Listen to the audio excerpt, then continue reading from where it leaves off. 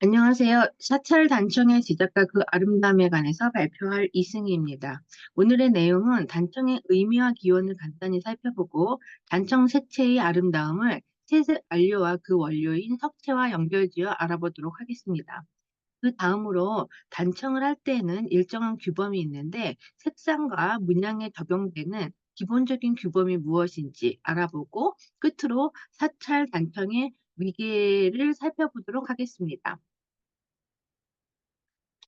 어 먼저 사찰 사 먼저 단청의 의미와 기원입니다. 단청은 한국 전통 건축물의 다채로운 색과 상징적인 문양으로 장식하는 것을 의미합니다. 현대에는 주로 건축적인 장식으로 한정하여 인식하지만 고대에는 좀 더 넓은 의미로 쓰였습니다.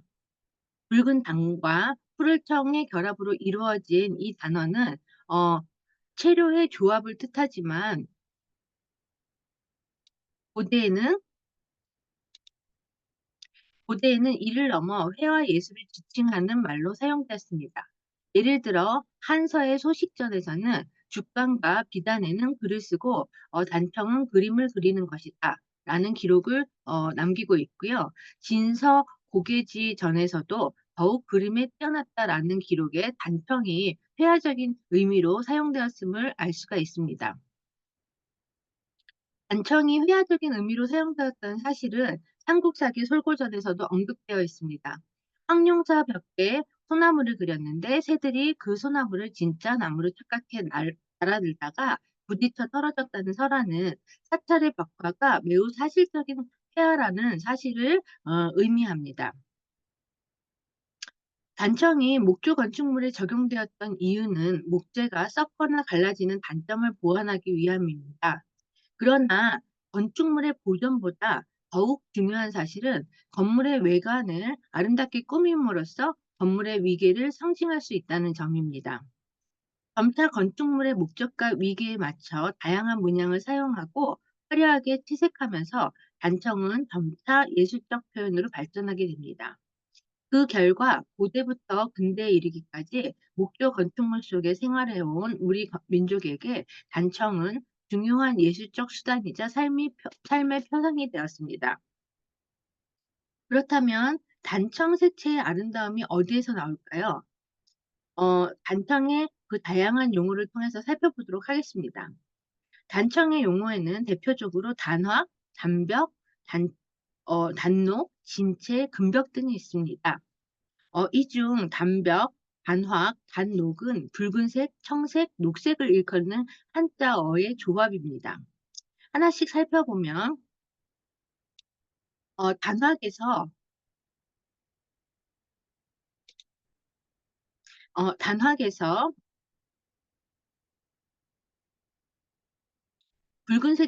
확은 붉은색 중에서도 색감이 곱고 아름답다는 것을 의미합니다. 붉은색 중에서 상품에 해당하는 안료로 칠하는 것입니다. 단확의 사례는 고려 1350년 미르카생경 변상도와 13세기 후반 광경 16간 변상도의 궁궐 건축에서 살펴볼 수 있습니다. 다음은 단벽과 단록입니다. 벽은 푸른색을 의미합니다. 역시 고려 후기 광경 서분 변상도의 궁궐을 살펴보면 2층에는 기둥을 붉게 칠하고 기둥의 공포와 석가래를 청색으로 칠한 것을 볼 수 있습니다. 이에 비해 1층에서는 기둥을 붉게 칠하고 공포와 석가래는 녹색으로 칠했습니다. 이렇게 단확, 단벽, 단록과 같은 명칭들은 실제로 건축물에 적용된 색채에 맞게 불렀다는 것입니다. 다만 현재에는 그 의미가 희석된 채 건물의 문양을 그리고 채색한다는 의미의 상징적인 용어로 주로 단청을 사용하고 있습니다. 다음은 진체라는 용어를 살펴보도록 하겠습니다. 진체는 돌로 만든 체료인 석체와 불투명하고 진하게 채색한다는 농체의 두 가지 의미가 있습니다. 여기서 석체라는 것은 아름다운 색을 내는 돌을 체료로 만들었다는 의미입니다. 아름다운 색깔의 암석은 주로 중국, 중앙아시아 등지에서 산출되므로 고대에는 이러한 색깔의 체료를 주로 중국에서 수입해서 썼습니다. 그래서 고문원에서는 수입된 고급 안료를 당체라 부르며 국내산 재료인 향채와 구별하여 불렀습니다. 이제부터 본격적으로 재료의 원석들을 살펴보면서 단청의 아름다움이 어디에서 비롯됐는지 살펴보도록 하겠습니다. 먼저 붉은색 안료입니다. 붉은색 안료는 천연 광물인 주사로 만듭니다. 황화수은이 주성분인 광물로 진사, 단사, 경면주사, 광명사 등의 이름으로도 불립니다. 주사는 주로 이제 중국 사천성이나 호남성의 진주에서 생산된 것이 가장 품질이 우수한 것으로 알려져 있습니다. 그래서 진사라는 명칭도 이 호남성 진주에서 유래된 명칭입니다. 다음은 녹색 안료입니다. 대표적인 예는 말라카이트라고 불리는 성록입니다. 천연 동강맥에서 산출되는 공작석을 분쇄해 만든 안료로 분양이 마치 공작의 깃털과 같이 아름답다고 해서 붙여진 명칭입니다. 공작석은 중국, 페르시아, 미얀마, 인도 등지에서 수입되었습니다. 사진은 공작석을 갈아 만든 어, 재료입니다. 암석의 색과 입자의 크기에 따라서 색도가 다르게 보입니다. 화염록도 공작석과 함께 산출되는 그런 암석입니다. 다음은 청색 안료 중에서 가장 널리 쓰이는 아주라이트라고 불리우는 석청입니다. 이는 성록과 마찬가지로 동방맥에서 산출되며 단청뿐 아니라 궁중의 채색화나 불화에 자주 사용됩니다. 실제로 보면 광석이 이제 보석처럼 반짝반짝 빛이 정도로 아름답습니다. 또 다른 청색 안료는 라피스 라줄리라고도 불리는 금청이고요. 원석은 청금석이라고 불립니다. 주요 산지는 아프가니스탄이며 고대 메소포타미아와 이집트 등지에 공급되었습니다. 화면 우측은 이집트 파라오의 마스크인데 청금색으로 채색을 한 것을 볼 수 있습니다. 또한 그 아름다운 색채는 6, 7세기에 조성된 그 중국 운강석굴의 부처님 나발이나 그다음에 키질석굴 등에서도 볼 수가 있습니다. 이 청금석은 청동기 시대부터 보석으로 가공되어 유통되었고 서구에도 전해져 르네상스 시대에는 금과 같은 가치를 가졌다고 전해집니다. 이 키질석굴에 보이는 이제 요 청색이 바로 라피스 라줄리로 이제 채색을 한 것입니다. 이처럼 단청의 아름다움과 질적 가치를 향상시키는 중요한 요소는 바로 석재라고 할 수 있습니다.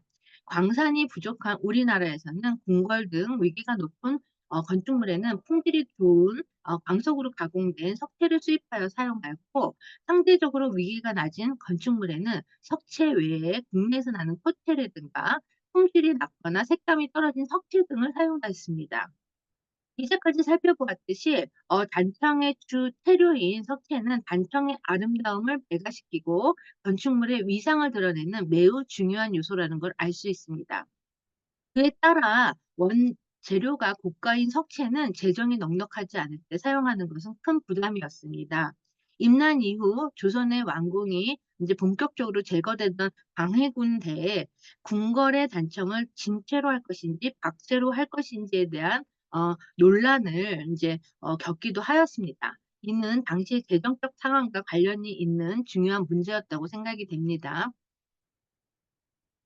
이 기록을 통해서 볼 때 그 박채는 얇게 이제 10개 칠해지는 그런 채색법이라고 한다면 진채는 농채의 의미가 있다고 말씀을 드렸죠. 그래서 이 진채는 비용이 많이 드는 고급 채색 방식이라고 할 수 있습니다. 근데 진채보다 더 화려한 단청을 금박 단청이라고 합니다. 진채를 기본으로 하면서 단청의 화려함을 극대화시키기 위해 금박과 철물 등을 붙여서 장식하는 기법으로 주로 왕실이나 사찰 같은 중요한 건축물에서 사용이 됩니다. 이제까지 단청의 아름다움은 기본적으로 광석에서 만들어진 원료의 체류에서 비롯되었다는 사실을 살펴보았습니다. 다음으로는 단청을 적용하는 그 특상의 규범과 역사적인 변화를 세 가지 측면에서 살펴보도록 하겠습니다. 첫 번째는 고대 단청의 색상이 기본적으로 음양 오행 사상에 기초하고 있다는 점입니다. 음양 오행 사상은 동양 철학의 근본적인 세계관을 인제 나타내는데요. 천지 만물은 5 가지 요소인 오행으로 이루어진다는 그런 사상입니다. 오행은 나무, 불, 어 흙, 금, 물의 5 원소로 인제 원소를 말을 하는 거고요. 이 원소들은 서로 상생하고 상극하는 원리에 따라서 이 우주의 질서를 만들어 갑니다. 모든 자연의 질서는 이 오행의 원리에 따라 작동을 하는데 색, 방위, 계절, 맛, 예절, 심지어 동물에 이르기까지 그 모든 것이 적용이 됩니다. 이 음양 오행 사상에 근거한 색채의 원칙은 단청 색상에도 적용이 되었습니다. 고구려 고분박학의 그 사신도가 대표적인 적용 사례입니다. 동서남북 내벽에 그려진 사신도에는 방위에 맞춰 신수를 배치하고 방위에 맞춘 색상으로 채색을 합니다. 청룡은 동쪽에 배치되어 청색, 백호는 서쪽에 배치되어 백색, 주작은 남쪽에 배치되어 적색, 현무는 북쪽에 배치되어 흑색이 사용됩니다.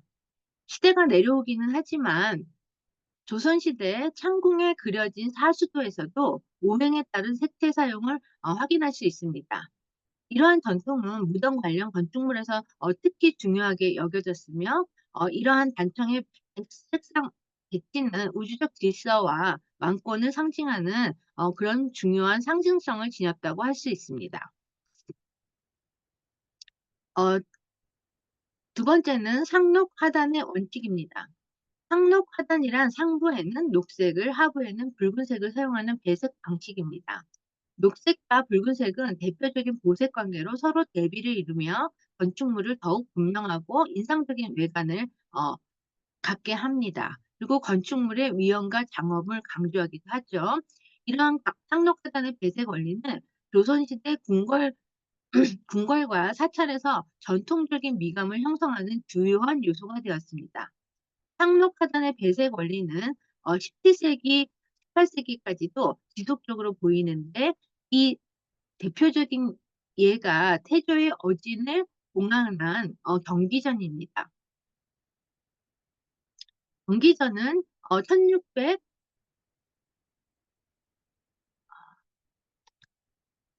1614 년에 중건되었다가 1872 년에 어진을 봉안하면서 우물천장을 설치하고 새롭게 단청을 하였습니다.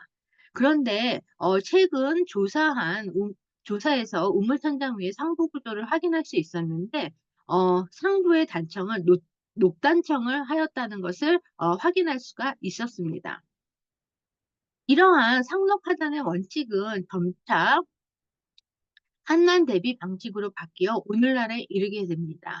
한난 대비는 찬색과 더운 색을 번갈아 배색하여 색상 간의 대비를 통해서 시각적 효과를 극대화하는 방식입니다. 여기에 보면 붉은색이 바로 난색이고요. 여기 청색이 이제 한색이라고 할 수 있는데 이렇게 대비되는 색상을 사용을 하는 것이죠. 이렇게 단청의 시각적 강렬함을 극대화하는 동시에 색채의 조화를 통해서 건축물에 생동감을 부여하는 그러한 효과를 인제 보여주고 있고요. 이런 특징들은 조선 말기 건축에서 두드러지게 나타난다고 할 수 있습니다. 다음으로 건물 위계에 따른 단청 문양의 규범에 관해서 살펴보도록 하겠습니다. 조선시대 단청의 조형 양식은 건물의 위계에 따라서 5가지로 구분됩니다. 각각의 문양과 채색의 복잡성에 따라서 가칠단청, 극희단청, 모루단청, 금모로단청, 금단청으로 나눌 수 있습니다. 이 분류는 건물의 중요도와 상징성에 따라 적용되었으며 각 등급에 따라 사용된 장식 문양의 복잡성과 화려함이 달라집니다. 우선 가칠단청입니다. 가칠단청은 건물의 부재를 단일색으로 채색하는 방식으로 성과 문양을 전혀 사용하지 않습니다. 주된 목적은 부재의 영구 보존을 위한 것으로 사찰의 요사체, 궁궐의 현문, 능의 부속 건물 또는 일반 주택과 같은 위계가 낮은 건축물에 주로 사용이 됩니다. 하지만 단순함과 엄숙함을 강조해야 되는 동묘 정전이나 문묘 대성전, 명륜당과 같은 유교적인 건축물에서도 의도적으로 닫힐 단청이 사용됩니다. 이러한 건축물에서는 화려함보다는 단아하고 장중한 분위기를 유지하는 것이 더 중요하다고 생각했기 때문입니다. 극히 단청은 밭질 단청보다 한 단계 높은 방식으로 바탕칠을 한 후 먹선이나 백분선 또는 색선을 그어 마무리하는 방식입니다. 끼는 획을 그린다는 의미로 사찰의 요사체, 상교, 서원의 부속 건물, 궁궐의 회랑들을 등에 주로 적용되었습니다. 선의 종류에 따라서 먹 먹금기, 분긋기, 색긋기로 나뉘며 이는 단순하면서도 정교한 선으로 건물에 장식적인 요소를 더합니다. 다음은 모로단청입니다. 모로단청은 수평부재의 양 끝부분에서만 머리털을 이제 넣는 그런 방식이고요. 그 중간은 먹선이나 백분선으로 장식하는 단청 방식입니다. 중간에 있는 이 부분을 이제 개풍이라고 얘기를 합니다. 모로단청은 그 끝부분에 꽃무늬를 주문양으로 색대를 어 그러니까 꽃문양과 색대를 주문양으로 그린 이런 머리털을 그리고요. 개풍에는 문양을 그리지 않는 것이 특징입니다. 주로 궁궐, 관아건축, 왕실, 능원건축에서 사용됩니다.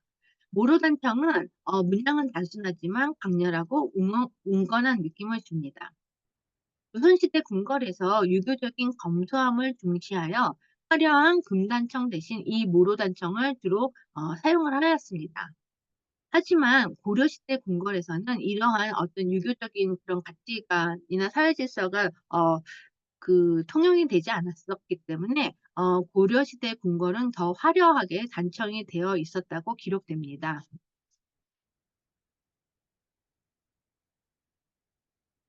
요 장면이 인정전 내부와 이제 외부를 볼 수가 있는데 여기에 보면은 이렇게 머리초가 있고요. 개풍은 이제 빈 공간으로 놔두고 있는 거를 볼 수가 있고요. 심지어는 여기 첨차 등에서도 이렇게 문양을 그리지 않고 극기 단청만으로 이제 마무리를 한 것을 볼 수 있습니다. 이게 이제 외부이고 이 안쪽이 이제 내부인데요. 색감의 차이가 굉장히 많이 보이죠. 예, 내부는 원래 처음에 채색됐을 때의 그 원형이 그대로 이제 남아 있는 거고요. 외부 단청의 경우에는 문양은 예전의 문양을 그대로 따라서 했었지만 채색은 어 석체 전통 석체 보다는 현대에 이제 사용됐던 분체들로서 이제 그려졌기 때문에 이게 색감이 좀 차이를 보입니다. 여기 이제 모로단청을 보여주는 이 또 다른 사례인데요. 여기에 보면 이제 석가래를 이렇게 볼 수가 있는데 이 석가래도 끝부분에만 이렇게 문양을 칠했고 나머지 이 안쪽 부분은 녹색으로 이제 가칠되어 있는 것을 볼 수가 있습니다. 다음은 금모로 단청입니다. 얼금 단청이라고도 이제 얘기를 할 수가 있는데요. 모로 단청보다 복잡한 문양을 넣어서 화려하게 장식하는 그런 방식입니다. 대풍에는 금문이나 당초문을 좀 더 복잡하게 그려 넣었습니다. 얼금이라는 거는 이렇게 복잡하게 얽혀 있다는 문양을 뜻하는 그런 용어라고 할 수가 있고요. 그래서 금모로 단청은 조선 말기 궁궐에서 이제 적용되기 시작하면서 사천의 주물전에서도 조금씩 보입니다. 원래는 조금 이제 모로 단청보다는 이 단청이 조금 더 이제 화려하게 채색이 되었다는 걸 알 수가 있는데 이게 이제 조선 말 그 근대기로 이어지는 그 단청의 특징적인 요소라고 할 수가 있어요. 궁궐 단청의 특징적인 요소라고 할 수가 있습니다. 다음은 이제 금단청인데요. 단청 장식의 최고 등급에 해당합니다. 건물의 모든 부재를 빈 공간이 없이 화려한 문양과 채색으로 빽빽하게 채우는 것이 이제 특징이라고 할 수가 있습니다. 그리고 금단청에서의 금이라는 거는 비단문을 의미하는 거거든요. 그래서 다음에 보이는 요런 문양들, 이런 문양들을 이제 금문이라고 합니다. 그래서 연속적으로 반복되는 기하학적인 문양들로 인제 만들어진 이런 거를 금문이라고 얘기를 하는데, 이런 문양들이 어 기존의 모르단청에서 인제 빈 공간으로 이제 받칠만 했던 공간들을 다 인제 채워 넣는 그런 형식이 됩니다. 또한 대들보나 창방 등의 용문이나 이렇게 용문이나 그다음에 여기 별화라든가 이런 것들이 추가되기도 하고요. 또 어떤 경우에는 금분을 인제 발라서 그 문양을 도드라지게 인제 표현하는 등 굉장히 화려하게 장식하는 그런 기법이 인제 금단청이라고 할 수가 있습니다. 주로 금단청이 인제 사찰 분전에 인제 적용이 되고 있습니다. 그래서 신성성과 화려함을 강조하는 데 인제 큰 역할을 하고 있는데요. 이제까지 살펴보았듯이 유교적인 검소함을 중시하는 그런 성리학적인 사회 분위기 속에서 궁궐은 오히려 단순한 문양을 통해서 웅건한 느낌을 주는 그런 모로단청을 주로 이제 적용을 했다라고 한다면, 사찰에서는 종교적 신성성과 이런 엄숙함 이런 분위기를 굉장히 화려한 색채로 인제 어 그렸다라는 거를 인제 알 수가 있습니다. 이는 어떤 화려하게 불세계를 표현하고자 했던 그런 욕구가 있었기 때문이 아닌가라는 생각이 듭니다. 이렇게 위기에 따라서 단청의 등급이 선택되는 한편 문양의 내용에도 인제 차이를 보입니다. 예를 들어서 궁궐 단청에서는 쌍용이나 지금은 요 부분은 천장 부분에 있는 우물 천장에 넣었던 이제 반다초의 인제 사례입니다. 궁궐에서는 쌍용이나 봉황, 깃불 히자라든가 수국과 같은 길상문과 문자를 단청 문양으로 활용하였던 데 비해서 불교에서는 불교적 이미지를 인제 주로 많이 그렸습니다. 특히 이렇게 천장 같은 데는 진원문을 활용해서 연꽃에 진원문을 인제 그려 넣는 그런 방식들이 굉장히 유행했었고요. 벽화에서는 이렇게 부처님의 일화라든가 경전의 내용 등이 이렇게 묘사되는 등 어떤 부처님의 어떤 불세계라는 거를 상징적으로 드러내기 위한 다양한 회화들이 이제 그려졌다라는 거를 인제 확인할 수 있습니다. 이제까지 살펴보았듯이 단청은 단순히 장식적인 역할을 넘어섰다고 생각을 합니다. 오히려 건물의 위계와 신성성을 표현하는 어떤 중요한 예술적 수단으로서 앞으로 현대인들이 인식할 수 있도록 더 이 연구를 해야겠다는 생각을 하면서 발표를 마치겠습니다. 감사합니다.